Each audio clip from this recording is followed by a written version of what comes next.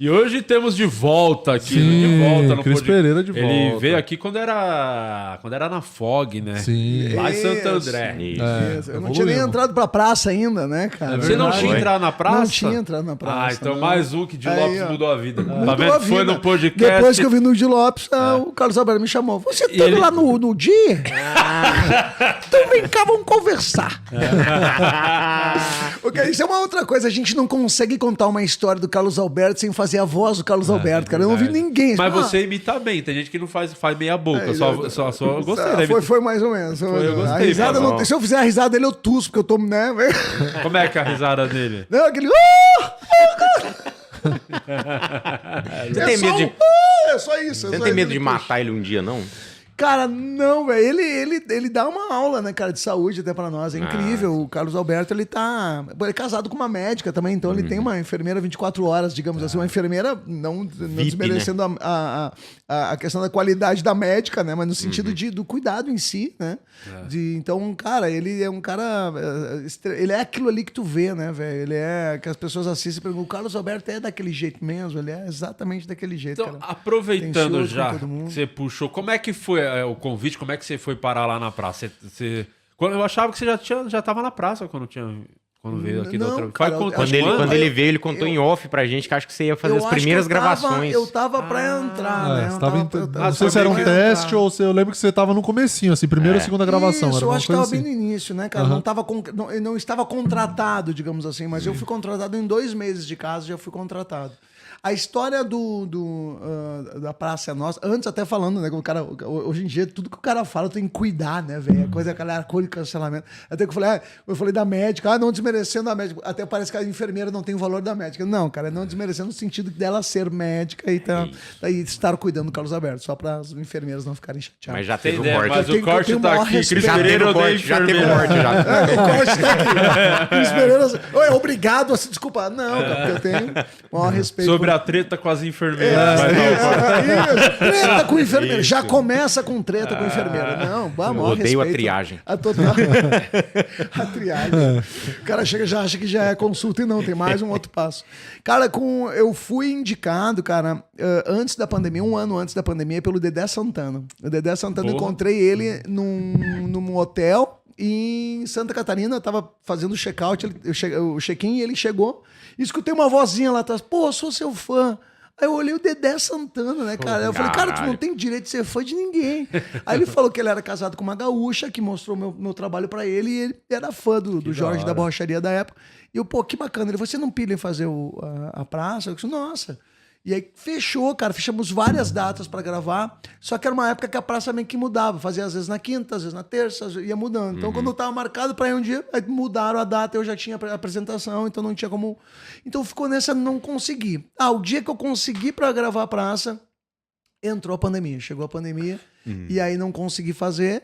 E aí quando voltaram as gravações, o Matheus Ceará me batizou. Daí o Matheus Ceará, velho, estamos retomando com a praça. O Carlos Alberto tá pegando uma galera nova aí, tipo, né, novos na praça, no caso, né? Porque hoje já são 27 anos de palco. Cara, eu mostrei seu trabalho, ele curtiu, ele quer te conhecer. Então, na primeira vez que eu sentei com ele lá pra fazer a passagem de texto, cara, na primeira vez que eu mandei um texto lá do Jorge, da Borracharia, que é um personagem bastante delicado, que trabalha sobre a sexualidade, então tu tem que cuidar muito, né, o que tu fala. Montei, ele começou a ler comigo na passada, antes de gravar, ele começou a ler e ele já... Podemos gravar direto? Eu sinto que eu vou me divertir, ele falou.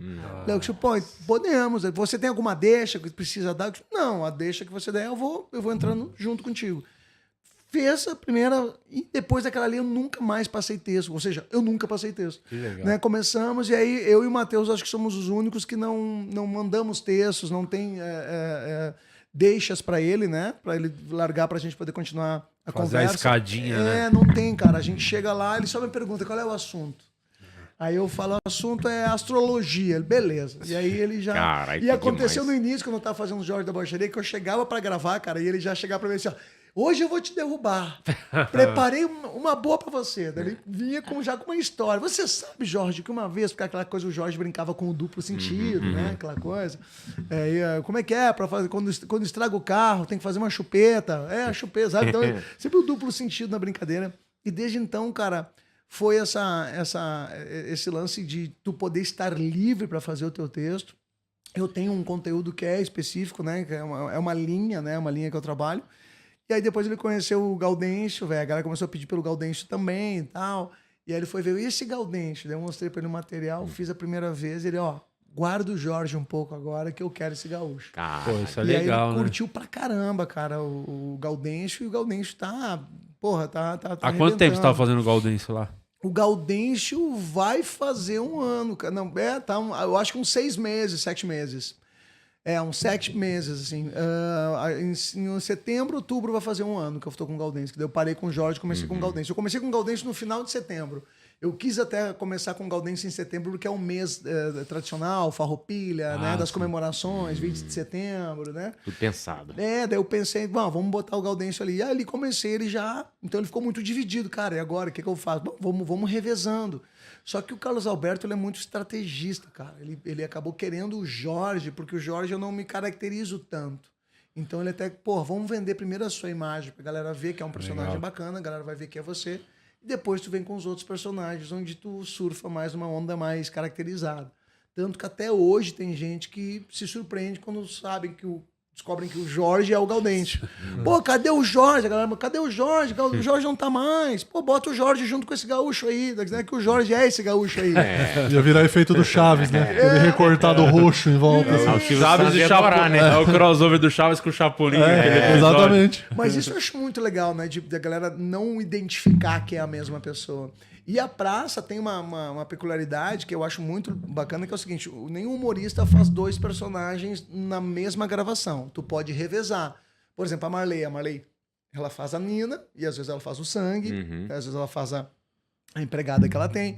Então não porque senão todo mundo vai querer fazer. Pô, eu tenho 2 também, também. Quando eu ver, 3 humoristas fazem o programa inteiro, né? Verdade. Então eles sempre focam em, não, tu escolhe um e faz esse um aí, tu vai fazer. A rotina é como a sua rotina pra gravar lá? Tipo, você escreve o texto bem antes, ou tipo, você se planeja, vou escrever uns 2, 3 material pra frente pra eu ficar tranquilo, porque tem viagem, show, né, os compromissos. É que lá é toda quarta, né? Toda quarta grava a praça. Então, como eu sou contratado, as quartas-feiras eu não tenho show, lá. A não ser que o show seja em São Paulo, né? Então, e a questão dos roteiros, eu sou muito organizado, cara, assim, no sentido de... Eu sou ascendente em virgem, né? Então, o cara mais organizado que... Aí, eu tenho toda semana antes, uma semana antes, já tenho todo o roteiro que eu vou falar. Então, são tópicos, eu trabalho com tópicos. Eu boto ali... bêbado no ônibus, então eu já sei qual é a história que eu vou contar. Daí eu boto lá criança no zoológico, daí já sei a história. Então eu crio os tópicos e antes de começar a gravar eu fico passando pra mim, cara, na minha mente mesmo, assim, porque como eu não passo o texto com ele, fica tudo comigo. E tem um padrão de tempo, mais ou menos, na história? Você sempre planeja, sei lá, preciso fazer 10 minutos pra ir pro ar 5, não sei como funciona. É mais ou menos isso aí, vai 7 ao ar, né? É bastante tempo em 7 minutos. A média é 7, né? Então, porque, imagina, em 7 minutos tem que botar piada pra caralho em 7 minutos. Então, e como Gaudência dos causos, né? Então, os causos, eles têm que ser dinâmico, né, cara? Tu não tem todo aquele tempo pra explicar, porque tu já vai direto no punch, assim, alguma coisa, né? Então, mas tu não pode deixar também as pessoas sem entender o que é.